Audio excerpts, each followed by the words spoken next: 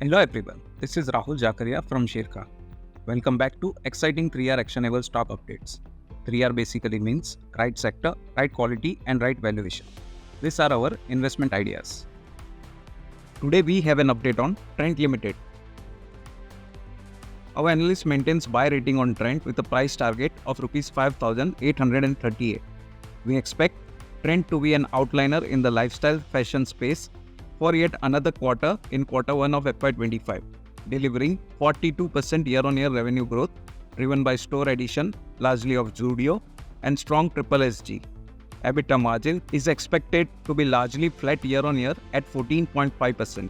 EBITDA growth of 43% along with higher other income and lower interest costs will aid in 93% year-on-year PAT growth. Consistent industry outperformer and strong growth levers makes it a strong play in lifestyle fashion space.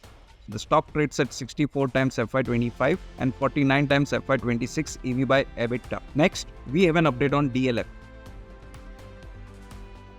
Our analyst has a positive view on DLF given the strong growth potential in residential and scaling up of the rental portfolio.